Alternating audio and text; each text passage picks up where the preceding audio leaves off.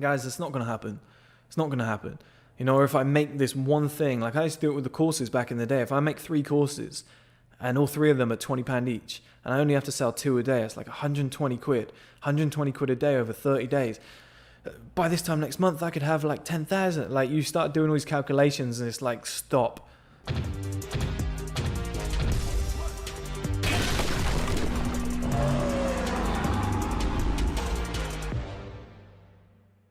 Welcome back, guys. In this video, we're going to be talking about the progression bias, which is one of the most dangerous things that can happen to you in your life. It's that I believe it's one of the cognitive biases of our brains. It's like pre-programmed it's kind of like a flaw in our system. And once you're aware of it, you can accomplish so much. So progression bias, in short, basically means that you believe that what you want right now is what you'll want forever. And the scariest thing about the progression bias is that we've all been through it already and we're all aware of it. We just don't click. Like, it kind of happens subconsciously and there's a delayed effect on it of like 5-10 years and none of us realize. So we've all done it. All at 18 years old, all we wanted to do was sleep with women, get drunk, party, etc. And then 5, 6, 7 years later, we sit there and we're like, God, I've wasted thousands. I maybe wasted 10, 20,000 going out, chasing women, doing stupid stuff, paying for lads' holidays, etc. And you think, God, if I had that money again, if I had that money now, I'd invest it into this. I'd do this with it. I'd buy this. I'd put it into my business. And, it's hindsight. Hindsight's a beautiful thing. And 10 years down the line, you realize, oh shit, I shouldn't have been doing what I was doing. This is what I should have been doing. Now, the progression bias will tell you at the time, what you're doing right now is what you'll always want. And it's dangerous thinking. So you find so many people that you talk to that you'll say, look, you shouldn't be doing that right now. And they're like, look, when I'm 60 years old, I'm going to be a cool mum. I'm going to be one of those dads that's still in shape, wears nice clothes, etc. Still goes out, still sleeps with women. And it's like, guys, the progression bias. You're going to mature. You're going to get older. You're going to experience different shit. You might have kids, whatever. You probably want to stay in on a Saturday night, read a newspaper and get an early night. And then the next day get up at 5 a.m. because you can't sleep because, you got prostate pains and you're going to play golf trying not to piss yourself. It's not going to be the same scenario. I hope it doesn't get to that point for anybody. I hope everyone does stay healthy. But it's not going to be the same scenario as it was when you thought it would be, as you thought it would be when you were like 18, 19. It's just not going to be that way. And it's so dangerous because, like I said, your allocation of money, the type of women that you want, the decision making that you do, the clothes that you wear, like your image, your style, there's just everything. The house that you buy now won't be the house that you'll want in 20, 30 years time. The car that you drive now won't be the car that you'll want in 10, 20 years time. Like, everything is different. And like, it might even be like, I might hate First Man in 20 years time. I might not want to run it.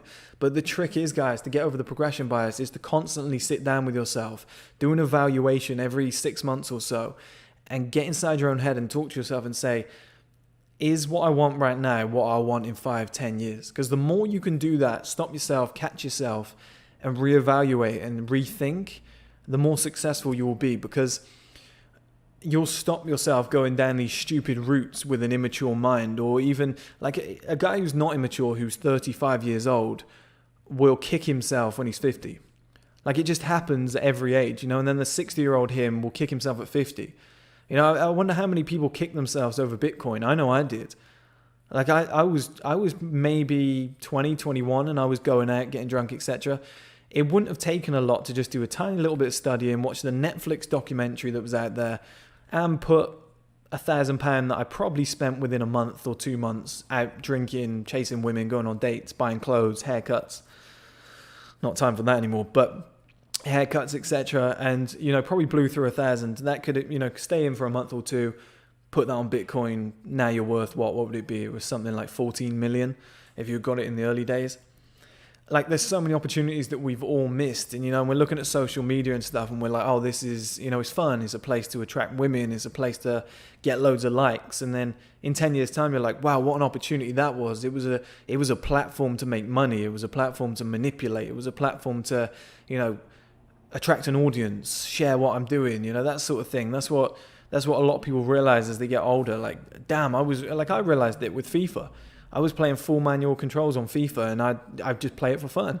And now I sit here and I'm like, damn, look at all these Twitch guys, look at all these FIFA YouTubers, how much traffic they have and the audience they have.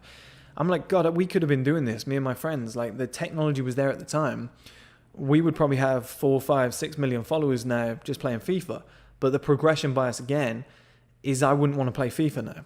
That's not something I'd want to do. So you see there's two progression biases, that I missed that opportunity because I wasn't aware. I always thought that playing games rather than making money from it would be what I want right now, you know, and I'll do another job, I'll do something else. But then if I had said, oh yeah, I'll play FIFA for the rest of my life, this is great, this is going to be my job, 5, 6 years down the line, you're like, I'm not really into video games anymore. But because your brain told you 5, 6 years ago that was the thing you love and you want to do, you assume that it will be like that when you're 30, 40, 50, 60, etc.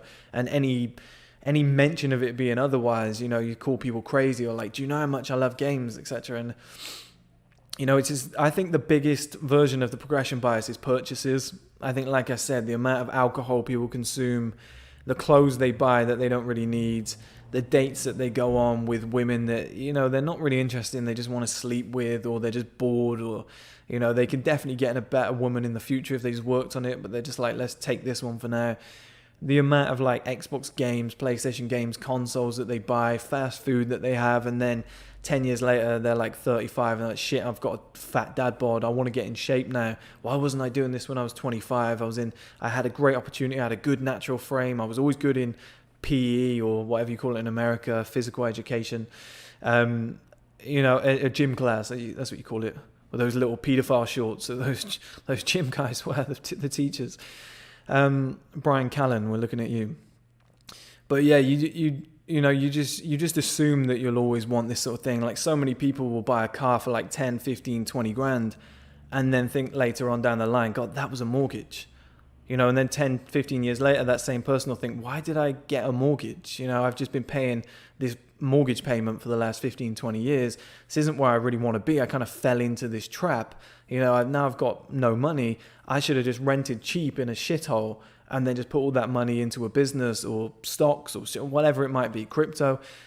You know, there's so many opportunities, and you have to do it all the time. Like, I make all these investments in First Man, crypto. There's multiple things I'm doing right now, and I'm looking and I'm like, just wait another 6 months. Like, I know people who say take opportunities when they come along, but I think sometimes you should wait a little bit longer and keep thinking, what will you want in 10 years? Like, let yourself mature a little bit. Let yourself think a little bit more.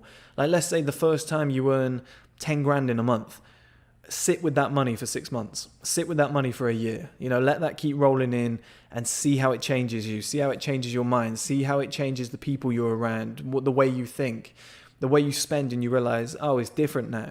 You know, and the first time, let's say you make your first million, don't buy anything for 6 months to a year. Just kind of embrace the money, just think about it, or spend on a low scale and just let that soak up, let that soak in and go, okay, I would have made some terrible decisions. Like I always say, I'm so glad I never won like the lottery, or I had a big bet, a big football accumulator when I was young, and it was like 272 grand. And I lost it by 1 goal in like the 88th minute or something crazy.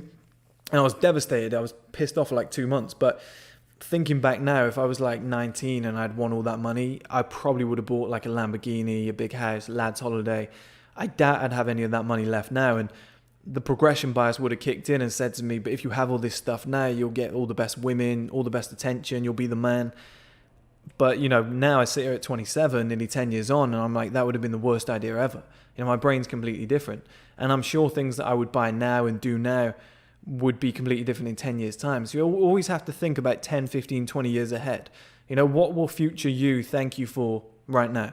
That's how you make great decisions, you know.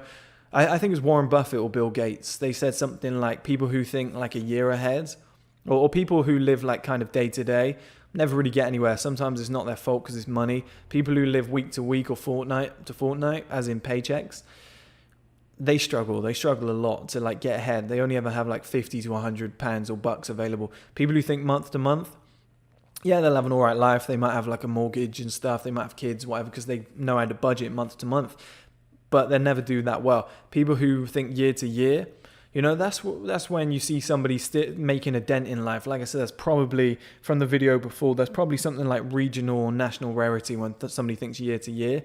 Then somebody who thinks they're like 10 year gap, so they're like 25, and they're saying by 35 I'll have this, this, and this, that's a dangerous person.